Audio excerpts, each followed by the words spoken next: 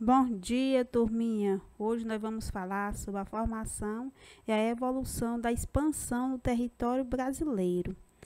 A expansão desse território brasileiro, vocês vão observar a expansão desse território no decorrer dos séculos e a ocupação desse território entre o ciclo do pau-brasil e o ciclo da cana-de-açúcar. Então, vocês acompanham a aula. E na próxima aula, a tia vai retornar falando sobre esse conteúdo e falando da nossa atividadezinha, certo? Então, boa aula! Fala pessoal, tudo bem? Vamos falar agora sobre expansão territorial brasileira. Expansão territorial? Como assim? O Brasil cresceu ao longo do tempo? Se expandiu? Houve guerras? Houve acordos? Quase isso. A gente vai entender no decorrer dessa aula, para a gente poder começar a perceber toda essa expansão territorial brasileira, precisamos começar não aqui no Brasil, mas lá na Europa. Lá na época quando houve o Tratado de Tordesilhas. Quando você dá uma pesquisada lá em aula de história, vai ver lá sobre o descobrimento do Brasil, nós vamos ver que a primeira forma de organização territorial da América Portuguesa, aquilo que seria depois conhecido como território brasileiro, ela começou por esse tratado, quando os dois principais países, economicamente falando, no mundo, Portugal e Espanha, resolveram ali entre elas dividir o mundo. E nesse acordo, chamado de Tratado de Tordesilhas, ficou estabelecido uma linha que dividiria todo o planeta em terras de Portugal e terras de Espanha. O critério básico dessa situação era 370 léguas a oeste das ilhas de Cabo Verde, umas ilhas que ficam ali no litoral africano, que é um país que fala a língua portuguesa, inclusive.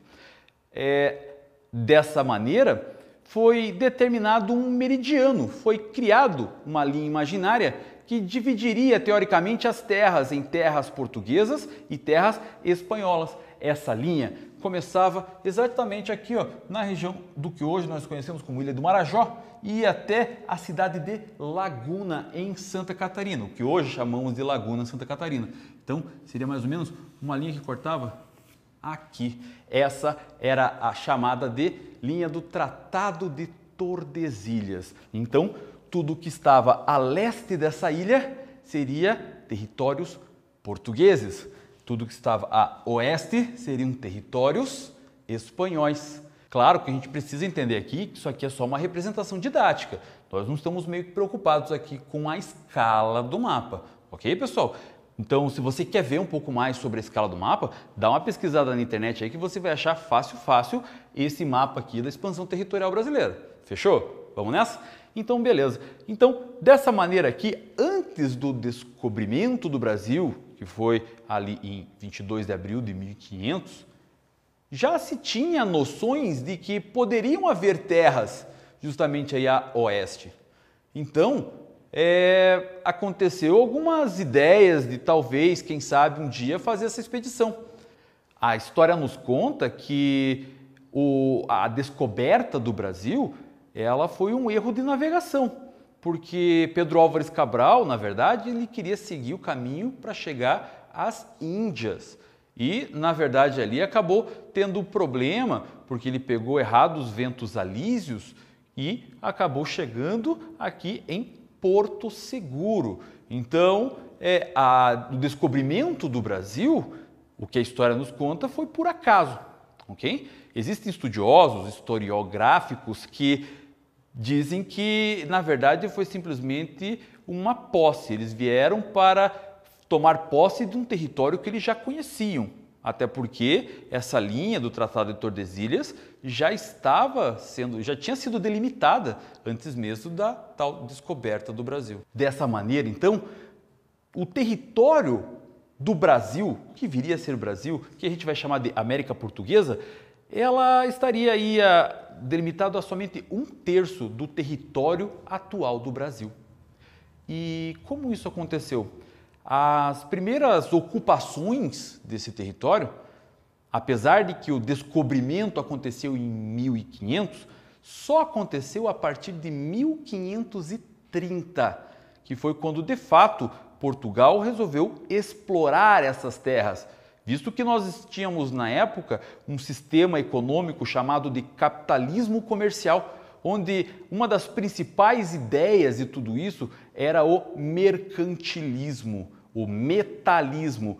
Um país era considerado poderoso, rico, pela quantidade de metais preciosos que tinham. Então a ideia mesmo dos portugueses eram comerciais, eram capitalistas, de trazer justamente aqui expedições para o território da América Portuguesa, justamente para explorar os recursos naturais. Então, entre 1500 e 1530, aconteceram algumas expedições, mas era só de reconhecimento do território. Uma vez que quando eles chegaram aqui em 1500, eles denominaram a terra de Ilha de Veracruz. Ilha de Veracruz, pois eles achavam que era só uma ilha. Depois, com essas expedições, eles já mudaram o nome para Terra de Santa Cruz. Ou seja, eles já viram que não era bem uma ilha. E com o tempo passaram a chamar de Brasil, por quê? Por causa do primeiro ciclo econômico que começa a partir de 1530, lá no século XVI. Há então uma ocupação litorânea.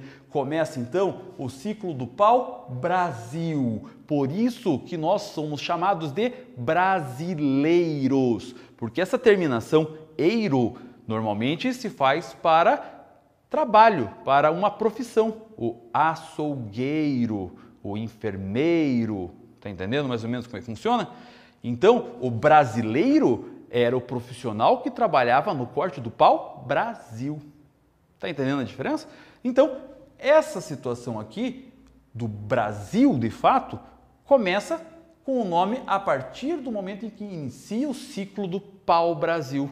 Então, chegavam até o litoral, principalmente o litoral nordestino, partes aqui, alguns pontos específicos mais ao sul, mas o litoral estava ali pronto para ser explorado pau-brasil na Mata Atlântica. A Floresta Atlântica, então, era explorado principalmente para pegar essa árvore. Por que essa árvore era tão valiosa? Porque dela se extraía uma tinta vermelha muito intensa. E o Brasil, o próprio nome, vem do indígena, que diz vermelho como brasa.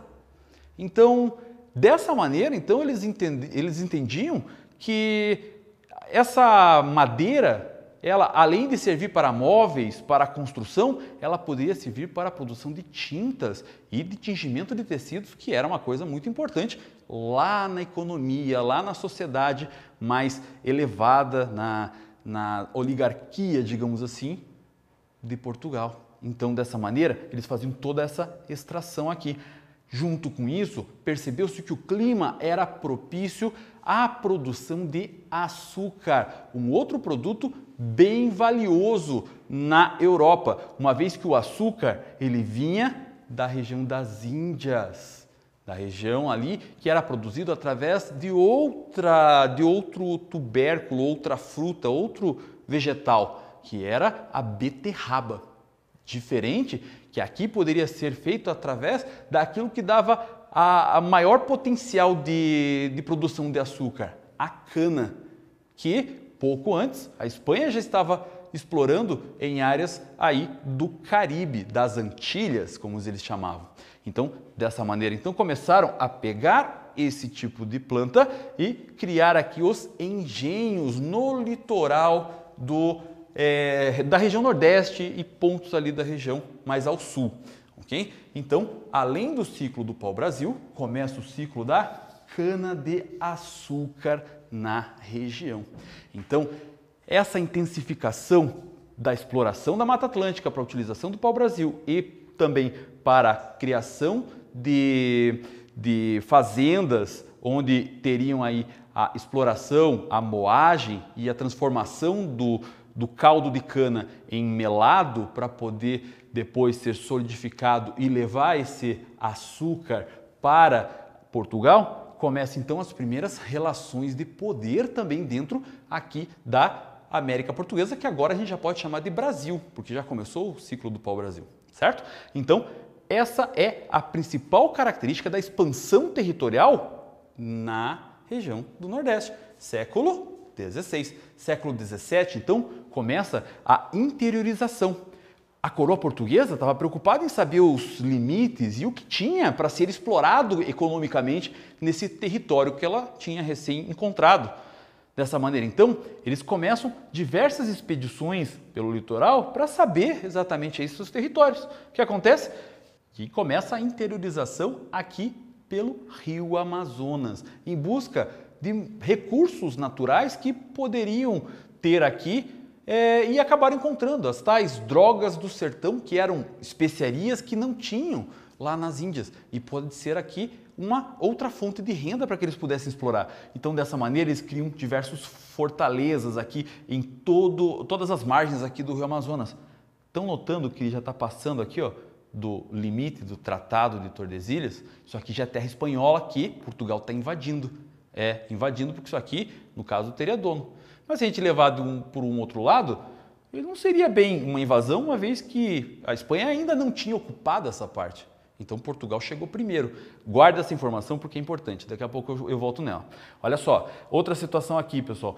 Também existiam reconhecimentos aqui para a busca de pecuária. A produção pecuária nessa época começa a ser importante. Os tropeiros, os bandeirantes passaram ali a ter essa preocupação em alimentar as tropas, as pessoas que estavam trabalhando ali com carne.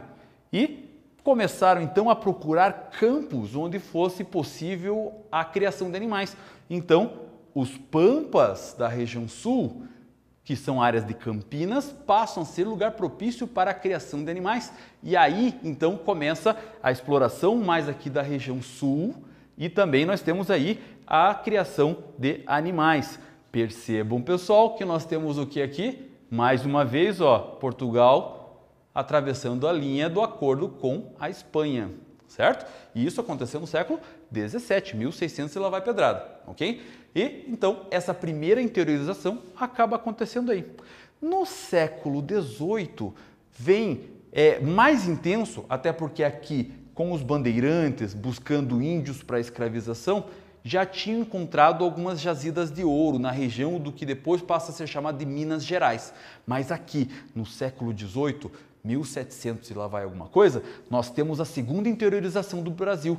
E aí eles vão mais intensificamente aqui, ó, ficar nessa região das Minas Gerais. Vão procurar o litoral aqui ó, do estado do Paraná. Paranaguá, por exemplo, tem ali indícios de ouro que também podem ser explorados. Então, nessa região aqui, começa a segunda interiorização pelo ciclo do ouro.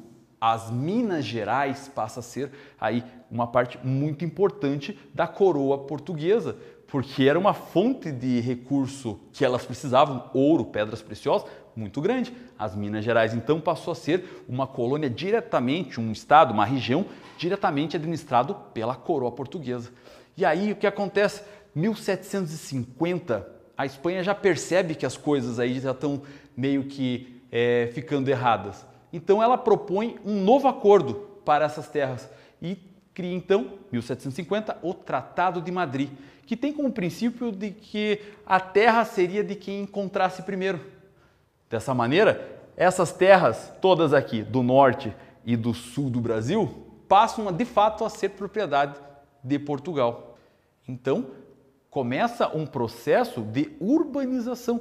Tudo aquilo que Portugal utilizava como recurso e agora, nesse começo, a sede do governo português, ele está no Rio de Janeiro, começa então movimentos para a independência, que acontece em 1822. Em 1822, então, todos os ciclos econômicos passam a ser mais focados ao café, por exemplo. E começa onde? Na região do interior de São Paulo, norte do estado do Paraná, do que hoje nós chamamos de interior de São Paulo e estado do Paraná. Também começa o ciclo da borracha, as seringueiras começam a ser bem exploradas. E toda essa exploração da borracha acabou vindo aqui no Acre, região aqui que teve a parte da Bolívia, que acabou gerando guerras, conflitos, que acabou, por fim, fazendo que a Bolívia vendesse esse território para o Brasil, aumentando ainda o território brasileiro e diversas outras conquistas e acordos passaram a formar todo o território brasileiro tal qual nós conhecemos hoje. E essa é a forma com que houve a expansão. Percebam que a expansão do território brasileiro, ele aconteceu sempre através dos ciclos econômicos. Por isso que é tão importante estudar a história com a geografia e também essas relações de poder. Isso é geopolítica também, certo? Eu espero que você tenha gostado dessa aula. Muito obrigado por ter assistido e tchau, tchau!